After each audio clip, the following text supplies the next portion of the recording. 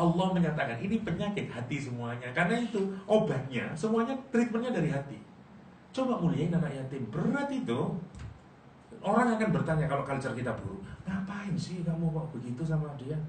Orang dekil gitu. Lihat banyak orang kaya, minimal yang saya ketahui di Jakarta. Kalau ngasih duit gini, jangan nyentuh, don't touch me. Ya, yudha matsrobah kata Al-Quran. Au miskinan dha matsrobah. Matsrobah dari kata turab. Apa turab? Debu. Debu. Matsrobah itu dibikin masdar mim. Jadi kalau orang itu bukan seluruh tubuhnya itu penuh dengan debu. Kenapa? Saking miskinnya dia. Tak ada rumah, dekil, bajunya penuh dengan kotoran. Kalau kita melihat orang-orang miskin itu, lihat perilaku orang kaya ngapain? Kalaupun dia bantu ngapain? Jangan sentuh ya. I'm clean, ya, you dirty. Ya. Oke, kamu bantu. Kayak begitu sampai bayangkan. Tidak banyak orang yang kesentuh jiwanya melihat orang yang miskin, misalnya. Kalau jiwanya sudah korak dan dia bilang apa? Memang kamu layak miskin itu. Dia ada mentalnya, cuma bisa minta-minta aja. Dan kita bilang apa? We deserve. Karena kita university graduate, karena kita begini-begini. Ini sebenarnya akromani. Sementara kepada orang miskin kita bilang memang mentalmu miskin. Memang ini, Masya Allah. Itu yang Quran mengkritik. Ya, Quran mengkritik akromani. Tidak begitu kata Al-Quran Karim. Satu, caranya apa? Mulai hatinya itu dirubah. Cara kita merespek orang dirubah. Kalau kita ingin mulia, respeklah orang karena memang dia layak untuk direspeki. Bukan karena hartanya, karena perilakunya yang baik, karena akhlaknya yang baik. Itu maksudnya pertama. Yang kedua, ikut terlibat dalam encouragement, bantu orang miskin. You muji mulia kalau yang begitu. Karena itu activity. Itu muncul daripada hati yang baik. Kalau kita memuliakan orang yang begitu, top, ya kan? Itu yang maksudnya. Lihat Al-Quranul Karim. Wala tahadduna ala tu'amil miskin. Dia mengencourage satu sama lain. Kenapa dia tidak mengencourage? Karena takut uangnya keluar. Misalnya Kak Ha bikin, oke, ini sudah mau Ramadan, ayo kita kumpulkan untuk mensantuni anak yatim. Gitu saja, padahal dia tidak ikut. Cuman mengencourage orang, ayo kita kumpulin. Dia sendiri tidak mengeluarkan misalnya. Tidak mau dia lakuin. Kenapa? Karena kalau dia ngasih encouragement, orang bertanya, Kak Han ngeluarin berapa? Because kamu lebih kaya dari kita-kita ini. Karena itu dia diam aja lah, daripada nanti orang minta sama saya. Itu kata Al-Quran. Wala tahaduna. Jangankan spending, ngasih encouragement aja dia tidak mau. Saking apanya? Saking kikirnya dia, saking pelitnya dia, bakhilnya dia. Ya. Saya nak tanya, kalau itu dari segi macam tu kan, macam mana kalau kita encourage orang buat baik, tapi kita takut nak cakap sebab nanti orang tanya kita, dah buat ke benda tu, macam tu. Nggak apa-apa. Ya, jadi salah satu cara setan agar kita tidak berdakwah adalah mensuap. Iya. Jadi nanti begitu. Ada yang lebih parah lagi, tidak mau ikut kajian. Kenapa? Karena semakin kita punya ilmu tapi tidak diamalkan, itu. Kenapa tidak ikut ngaji? Nanti saya takut. Semakin banyak knowledge tapi saya tidak praktis, saya dapat dosa. Karena itu saya nonton TV aja dah. Itu apa namanya? Dari setan kayak begitu itu. Enggak, dalam amal baik lakuin. Sama kayak orang begini. Kenapa tidak sholat di masjid, Pak Ci? Saya takut riya. Show off. Nanti kalau saya lihat ke masjid kelihatan bahwa saya ini dianggap orang soleh. Enggak lah, saya biarlah di rumah, biar Allah saja yang tahu. Was, kayaknya bagus. Ya, tapi itu dari setan. Justru harus dilawan. Tetap aja menjalankan kayak begitu.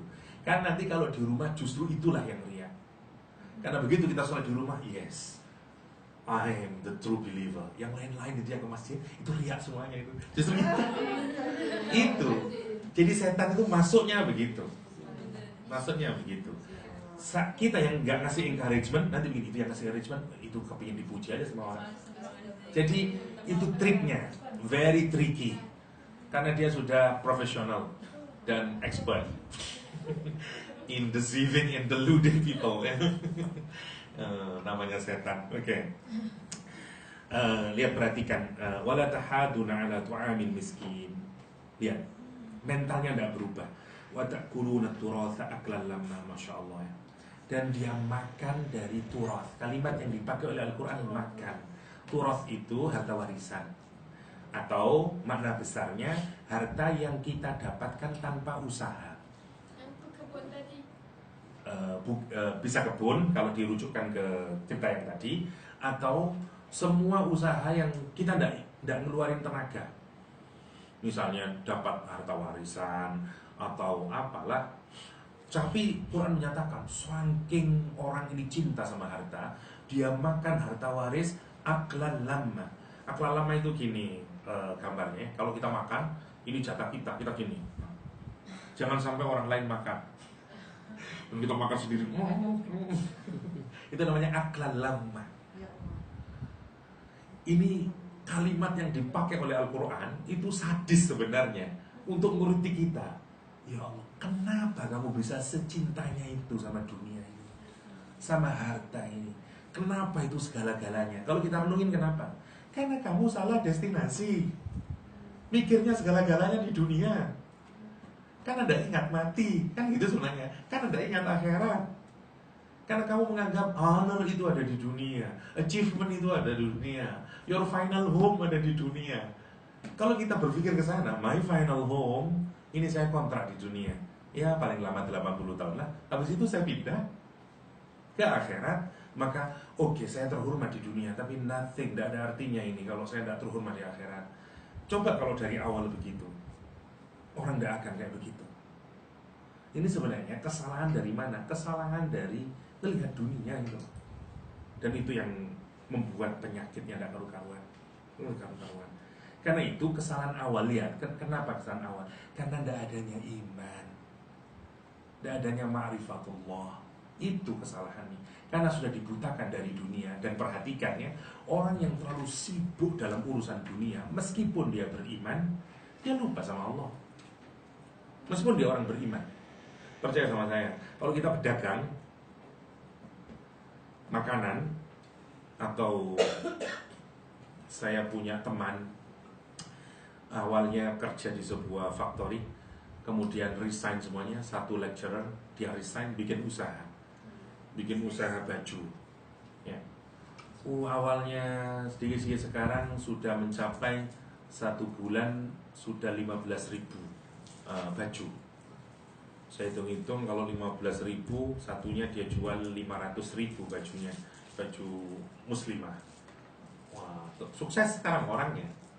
Tapi semakin sukses, semakin banyak kegiatan. Mulai mikir brand, mulai mikir gini dan segala macamnya. Waktu untuk Tuhan makin sedikit. Ya, dan itu begitu. Sebenarnya kadang-kadang bukan orang ini tidak ingat akhirat, tidak ingat mati, cuman karena terlalu sibuk, tidak kepikir sudah. Bahkan pulang di rumah masih mikir, ya itu market yang di sana, offline yang di sana terus. Lama-lama kalau itu tidak menjadi concern, hilang.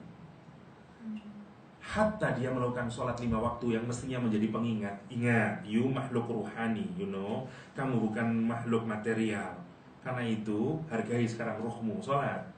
Itu kan ngingatin, you bukan makhluk materi, kamu itu ruhani. Kan itu sholat, Allahu Akbar, zuhur. Tapi untuk orang yang gitu, hatta zuhurnya hanya sekedar untuk menyelesaikan kewajiban. Bahkan assalamualaikum warahmatullahi, baju yang itu ya langsung ya. Masya Allah kalau kita pikirin, itu kuatnya dunia mengikat kita. Karena itu kalau kita tidak ngambil jarak, refleksi, tadabbur, malam-malam bangun, habis kita sama dunia ini. Meskipun mungkin hal-hal yang kecil, kita bisa begitu. Itu berat. Makanya pemiliknya bilang ke saya, Ustaz, temanin saya Ustaz, temanin saya Ustaz. Orangnya soleh, saya senang sama dia. Saya takut Ustaz, kenapa Bu? Rizki itu seperti dihujankan kepada kami Ustaz. Saya takut Ustaz. Menarik kata dia. Karena kalau 15.000, dia labanya 100.000 aja satu, 1,5 miliar berarti 1.5 billion rupiah. Huge money, one month. Oh, kaya orang ini sekarang gak mikir. Dan dia ketakutan karena orang dari bawah marah. Dan dia mulai mendapatkan hasil. Dan dia takut, jangan-jangan ini istidroj. Good, tak bilang begitu. Jangan lupain Bu, dan segala macamnya. Karena kalau enggak, itu yang disebut tadi ibtila. Itu yang diibtila. Bahayanya. Oke. Lihat kata Al-Quranul Karim. Wa ta'kuluna turatha aklan lama wa tuhibbuna al-mala hubban jamma. Dan dia mencintai harta itu hubban dengan kecintaan jamma. Jamma itu kalau kita beli, misalnya beli es teh misalnya, atau tea with ice ya. TO ice, oke lah. Saya tidak bisa hafal-hafalin. Misalnya jatahnya itu misalnya sampai penuh, kurang sedikit orang itu tidak mau. Kurang sedikit ya. Kurang 1 mili. Dia maunya sampai penuh. Itu kecintaannya kayak begitu. Itu namanya jamma atau hibbunal mala hubban jamma. Kata Al-Quranul Karim.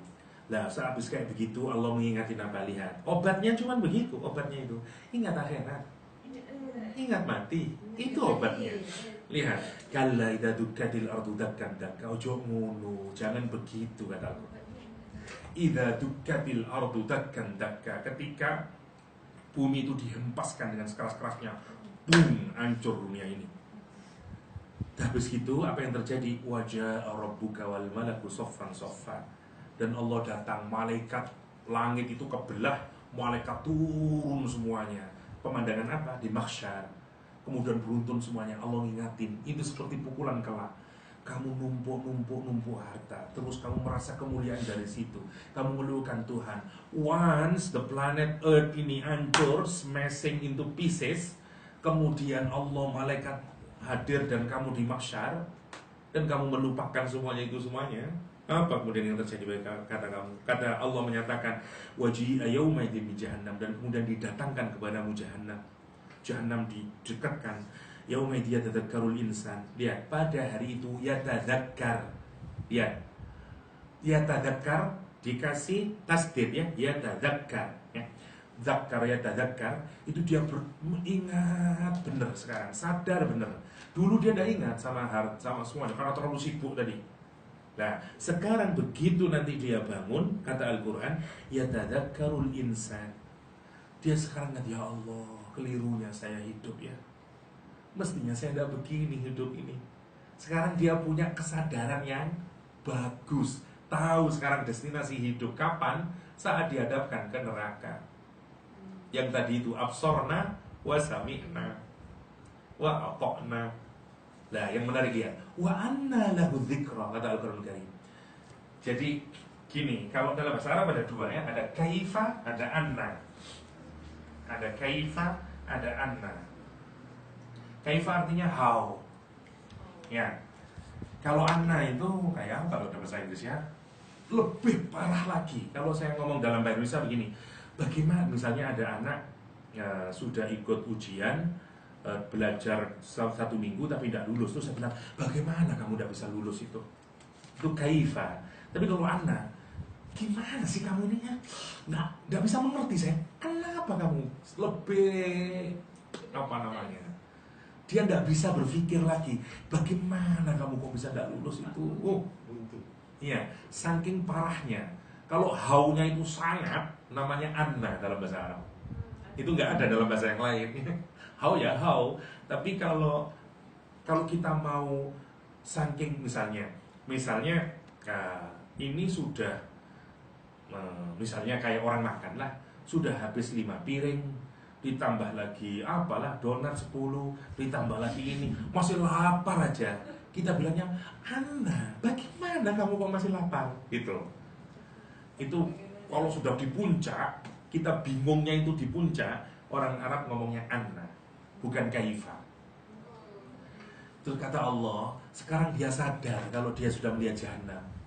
Dan kata Allah, wa anna lahu dzikra. Terus buat apa kesadaran yang kayak begitu itu loh?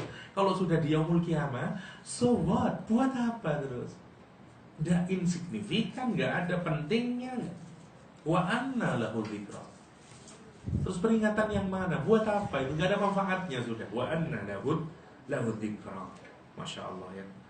Terus dia bilang apa kemudian yang dia bisa mampu? Yaqul, dan dia terus menerus berkata, ya laitani, hancur diriku, kehinaan pada aku, kata dia. qaddamtu li hayati. Ya, qaddamtu itu kayak sekarang kita ini invest untuk akhirat.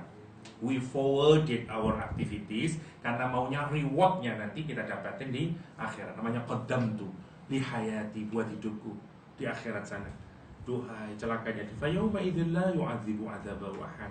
Pada hari ini nanti la yu'adzibu, tidak ada azab, Allah tidak mengadab seseorang yang lebih besar dari azabnya seperti orang yang kayak begini. Wala yusik wathaqahu ahad. Dan kalau diadab, orang kalau dipukulin mau kemana dia? Mau lari, ya.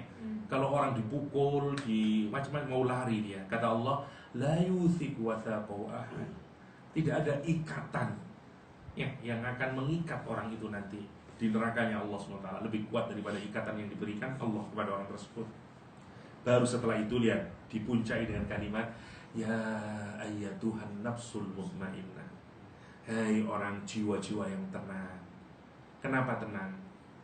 Karena jiwanya tidak digantungkan dengan dunia. Karena jiwanya terus bersama Allah Subhanahu wa ta'ala, dalam kesadaran tasbih, dalam kesadaran tahmid, dalam kesadaran tahlil. Itu namanya mutmainnah.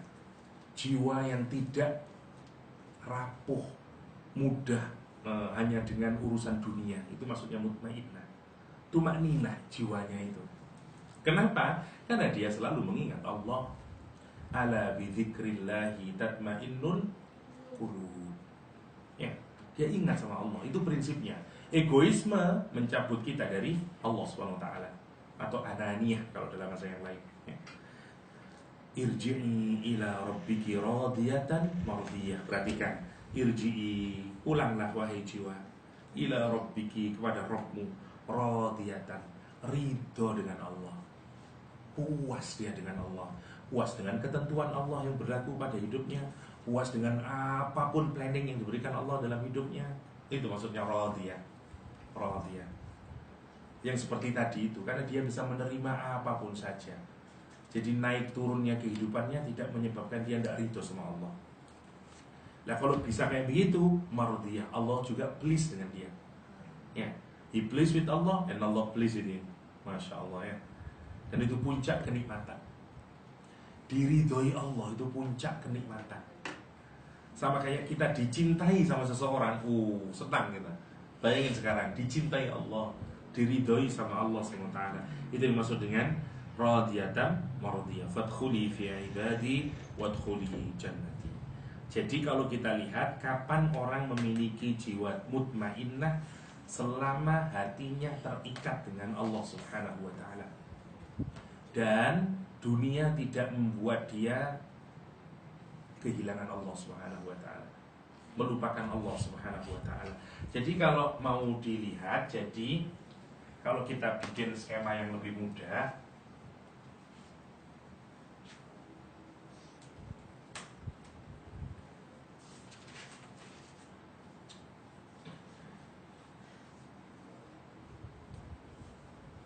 sama-sama diri, ya. Jadi ini kan individu. Kalau nafas itu individu, ya. Jadi kalau dia ini hubud dunia, ya, apa namanya? Karena dia cinta sama dunia, akhirnya ini saya mudahkan saja, dunia, ya. Sikapnya dari sini ini kepada dunia, kalau dia kemudian tidak menerima dengan keputusan Allah, puncaknya orangnya tidak syukur, ya. Atau dalam dia bukan orang yang bersyukur. Jadi dia bukan syakir, ya. Misalnya dia bukan syakir, tidak jadi orang yang bersyukur sama Allah, ya. Saya kasih tanda begini aja. Kalau dia tidak syakir sama Allah, tidak menerima keputusan sama Allah, akhirnya dia melakukan perbuatan yang melawan Allah, ya. Namanya tughyan, ya. Saya ulang lagi untuk memudahkan. Tughyan. Kalau sudah tughyan, akhirnya dia melakukan perbuatan fasad, yufsiduna fil ardh, bikin kerusakan, corruption di muka bumi. Awalnya dari dunia, ya. Sama dengan yang di sini, ya.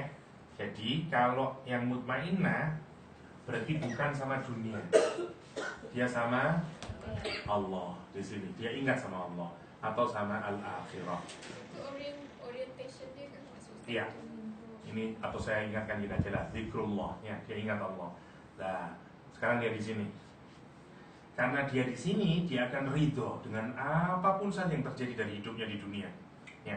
Jadi dari sini kemudian dia hidup di dunia. Ya. Nah, di dunia dia menjadi orang yang syakir. Ya. Dia nerima apapun saja atau dalam bahasa yang lain dengan radiyah atau radin. Ya. Dia radin. Nah, kalau dia radin, maka dia akan melahir perbuatan yang baik di muka bumi. Atau bahasa yang lain namanya islah. Atau orang yang disebut dengan soleh. Dia baik kepada Allah, dia baik kepada orang lain, dia baik kepada alam, memberikan kebaikan buat alam. Munculnya dari mana? Karena dia ingat terus sama Allah SWT. Nah, yang kayak begini yang disebut dengan mutmainnah. Itu yang pertama yang bisa kita mudahkan untuk memahami jiwa yang mutmainnah. Gini ya, obat terkuat atau kalau mau dimudahkan lagi, yang membuat kita ini gak cinta sama dunia ini, satu, ingat sama Allah. Yang kedua, ingat sama akhirat. Yang kedua, atau ingat sama kematian. 3 itu obatnya. Jadi kalau kita ingat 3 itu, insya Allah meskipun nanti kita di dunia ini mengalami cobaan, ujian, insya Allah tidak sampai membuat kita lupa sama Allah SWT. Ya, itu prinsip dasarnya. Jadi kalau kita mau bikin yang lain, untuk memudahkan, saya hapus ya.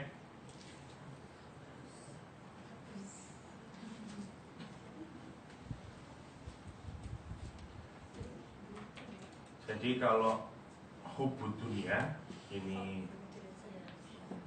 cinta sama dunia itu, nanti bentuknya ada 2 atau anugerah Tuhan. Kecintaan sama dunia itu namanya karomah sama nikmah. Nah, ini yang membuat orang merasa dihargai. Ini yang merasa dia akromani. Oke. Yang satunya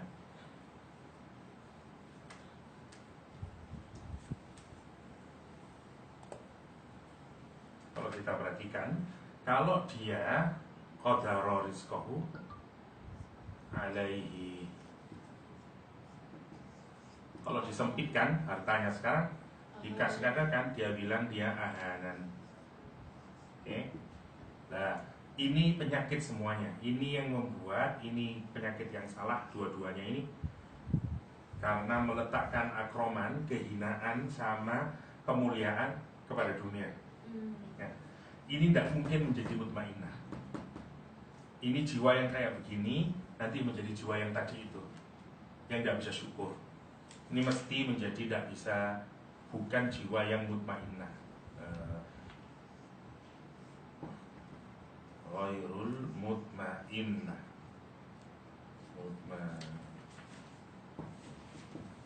Oke. Nah, obatnya untuk ini sekarang obatnya. Obatnya 1, zikrullah, ingat terus sama Allah. Yang kedua, ingat sama al-maut. Yang ketiga, ingat sama al-akhirah. Itu prinsipnya dalam Al-Quran ya. Untuk hubud dunia, untuk mutmainnah. Kita baru mutmainnah, habis ini kita ke lawamah.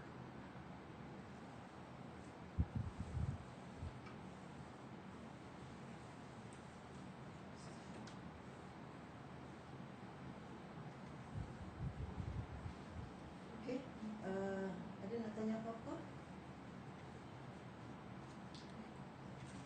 Kita nak rehat?